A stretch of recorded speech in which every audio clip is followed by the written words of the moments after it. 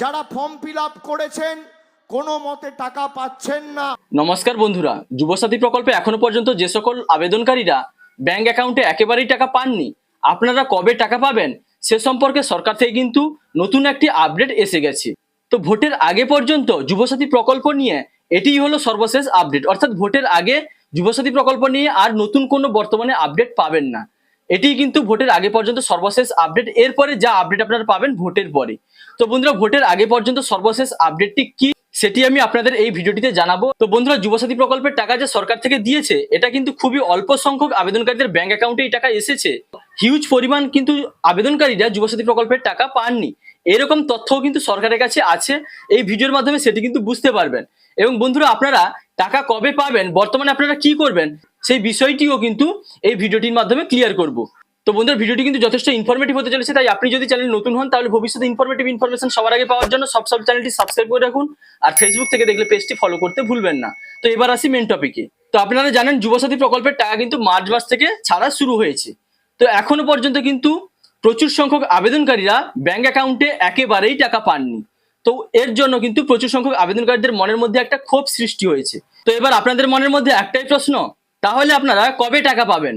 তো আপনারা জানেন এর আগে মাননীয় মুখ্যমন্ত্রী যে কটি সভায় এসেছেন, উনি যুবসাথী প্রকল্পের সম্পর্কে যখনই বলেছেন তিনি জানিয়েছেন যে যুবসাথী প্রকল্পের যে আবেদনকারী রয়েছেন আপনাদের আবেদনপত্রটি প্রসেসে রয়েছে, কিছুদিনের মধ্যে কিন্তু আপনাদের টাকা ব্যাংকে এসে যাবে।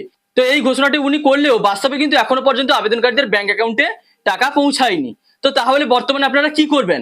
স্ট্যাটাসও কিন্তু চেক করতে পারছেন না, অর্থাৎ গভর্নমেন্টের যে ওয়েবসাইট রয়েছে যুবসাথী প্রকল্পের ওয়েবসাইটে, সেখান থেকে বর্তমানে কিন্তু যুবসাথী প্রকল্পের স্ট্যাটাস চেক করা যাচ্ছে না।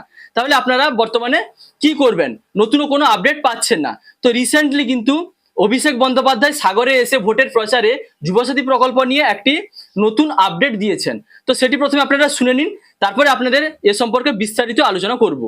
যুবসাথীর ফর্ম যেদিনকে ফিল আপ করা হয়েছিল, যে উন্মাদনা আমি দেখেছি, পরবর্তীকালে খোঁজ নিয়ে দেখলাম খালি সাগর আর নামখানা থেকে 35,000 যুবক যুবতী আমাদের সরকারের মাধ্যমে যুবসাথীতে 1500 টাকা করে পেয়েছেন।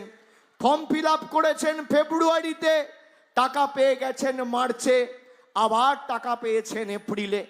যারা ফর্ম ফিল আপ করেছেন কোনো মতে টাকা পাচ্ছেন না, আমি কথা দিয়ে যাচ্ছি আদর্শ আচরণবিধি চলছে, এখন নতুন করে সরকার টাকা ছাড়তে পারে না। 4 মে ফল বেরোবে, 15 দিনের মধ্যে যারা বাকি রয়েছেন সবাই যুবসাথীর টাকা পাবেন, কেউ বাদ যাবেন না। তো বন্ধুরা, আপনারা অভিষেক বন্দ্যোপাধ্যায়ের ঘোষণাটি শুনলেন। উনি কিন্তু স্পষ্ট জানিয়ে দিলেন, অর্থাৎ উনার ধারণায় এটা স্পষ্ট যে প্রচুর সংখ্যক যুবসাথী প্রকল্পের আবেদনকারী এখনো পর্যন্ত একেবারেই কিন্তু টাকা পাননি।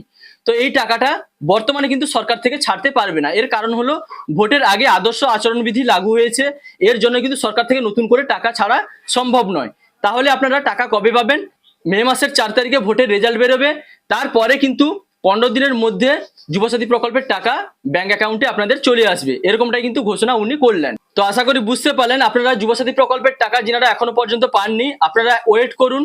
বর্তমানে কিন্তু আপনারা স্ট্যাটাস চেক করতেও পারবেন না, এমনকি আপনারা ভিডিওতে গেলেও সেখানে কাজ হবে না, কারণ বর্তমানে কিন্তু ভোট নিয়ে সরকার ব্যস্ত রয়েছে।